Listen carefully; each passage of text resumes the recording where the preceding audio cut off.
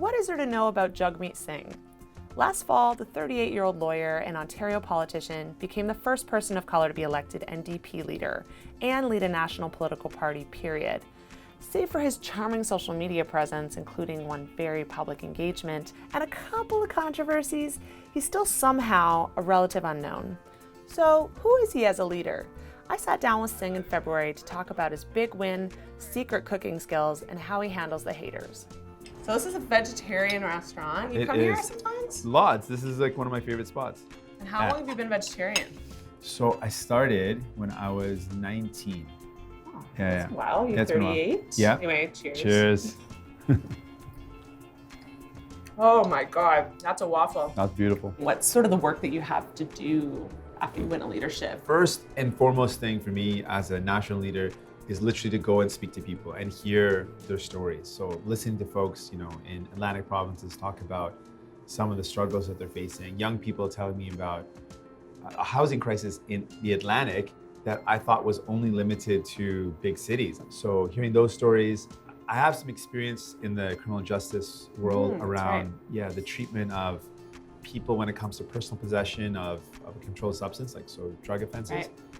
And when I went to the downtown east side of Vancouver, I really got to see some of the opioid crisis at its worst, kind of in ground zero. And it really helped fuel one of my beliefs, one of my policies that I want to put forward is we should be supporting, caring for, and helping people that are struggling with addictions, mental health, and poverty instead of criminalizing them.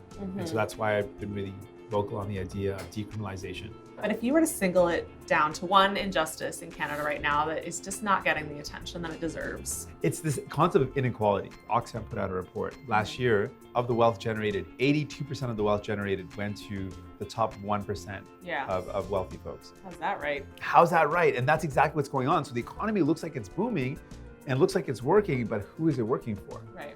Is it actually working for everyday folks? It creates a society that's less vibrant, less civically engaged, not as safe, not as inclusive. I think it hurts all of us. Also some moves in your personal life. You got engaged, totally. Congratulations. Thank you. Tell me though about the decision to make it kind of public. I know some people do their public engagement thing, but you literally invited the media to come to your engagement. So tell me about that. First of all, the kind of the context of a Punjabi or a Sikh wedding is a bit interesting. It's not like a guy drops a question on a girl kind of out of the blue. There's kind of a consensus-based decision-making that happens. We kind of both sat down and said, hey, things are getting serious. We love each other. Yeah. Do you want to go to the next step? And we're kind of yeah, we do. And then it turned out something that we didn't want to necessarily make public became a front page of the Toronto Star.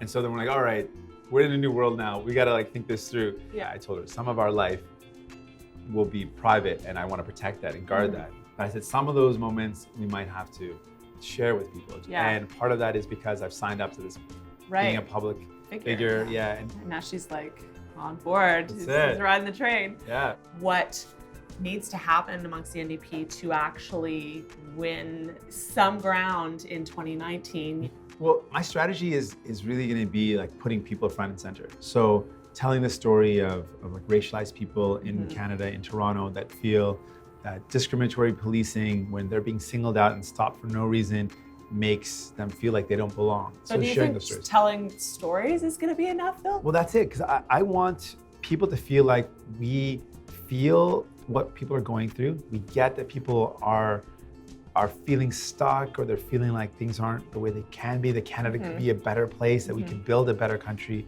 I think by doing that, that's what's going to bring more people into this movement, get people excited about the movement, and then sky's the limit once you do that. I know you have to win first before you do that. 100%, we got to win. I want to win, but more importantly, I'm in it to win so that we can actually implement universal pharmacare, finally implement a universal daycare. There's so many things that we want to get done.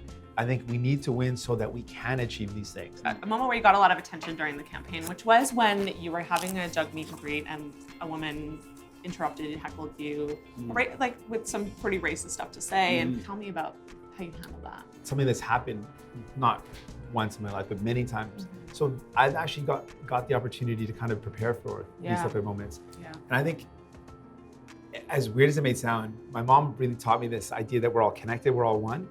And it's something that I've been really working on throughout my life, to see that shared humanity that we have. I wanted her to feel loved. Like, even though she was approaching me a certain way, I wanted her to know that there's still this, I have an openness. I'm really proud of the entire team, the way the whole team responded to it. Do you ever have moments where you have to like let off steam? Oh, 100%. Like, tell me how you do that. I love cooking randomly. Okay, It's like one of my relaxations. Yeah. So late at night, I'll when I get home, I'll just cook. What do you make? Oh man, I love chopping. I find it really relaxing. Oh. So How are your knife skills though? They are like, I've Snapchatted them. They're like, if I can brag, they're pretty epic. Like, I can like do without looking down. But I know how to curl your fingers in. Like, I know all the techniques.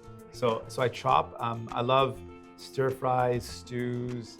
I make pastas. Just like whatever's in the fridge, I can figure out a recipe. So your Instagram game is very strong. Talk about, like, the minute you came in here, you were like Insta storying with. Well, I think that social media is a tool, and we have to use it to be able to connect to people. I want to go beyond just connecting and really bringing it back to people, and like, and so, sure, it's people should feel they can approach me, but then approach me so that I can hear their stories and then take their experiences and what they're going through, their struggles, and bring those to the limelight, bring those to the spotlight, bring those to Ottawa, give them the attention they deserve. What's one thing Canadians would be surprised to learn about you? I surf, and I love surfing. That's a bit of a random thing. I don't think you would associate me with surfing per se. No. That's something that I love doing. Also, your greatest extravagance?